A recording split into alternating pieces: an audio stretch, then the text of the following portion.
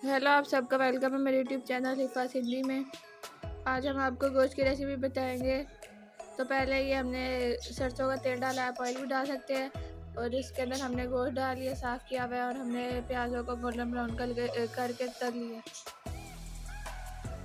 उसके बाद गोश्त को थोड़ी देर पकाना है। उसके बाद दूसरे बर्तन में ज़ीरा डाल लेना है और ये सारे खड़े मसाले जो होते हैं वो डाल लेने हैं। फिर इनको अच्छी तरह कूट लेना है। अगर आपको मेरी वीडियोस पसंद आती है मेरे चैनल को सब्सक्राइब, वीडियो को लाइक और शेयर ज़रूर कीजिएगा।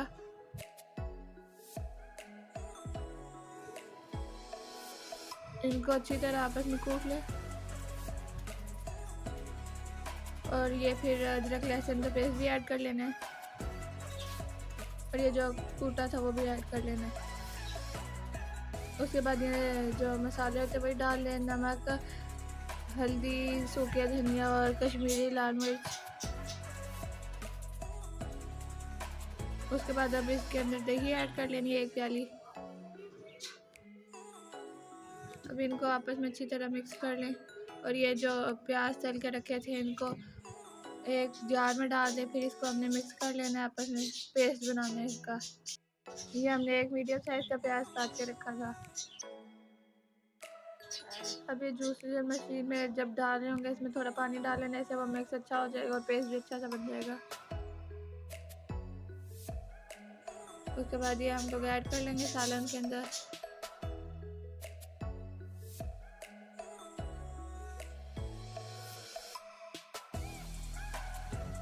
अब इसको आप लोग अगर चाहे तो रोटी के साथ भी खा सकते हैं, नान के साथ भी।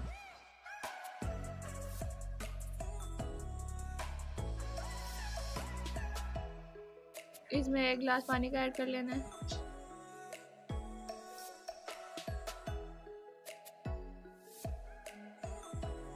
और कुकर को बंद करके रख लेना है। अब कुकर को खोलें और चेक कर लें कि सारा गोश्त गल गया है। अगर गल जाएगा तो फिर उसके अंदर हमने 2 चीज़ें और ऐड करनी है। 1 आलू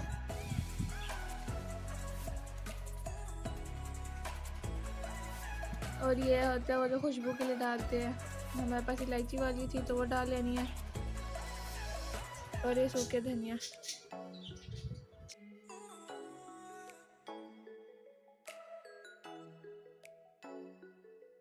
फिर से आप इसमें पानी ऐड कर लें। आप लोग जितना शोरबा बनाना चाहें उतना ज़्यादा पानी ऐड कर लें।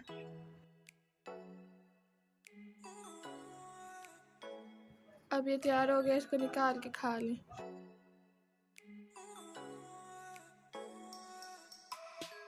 तो आज के लिए इतना ही, बाय बाय।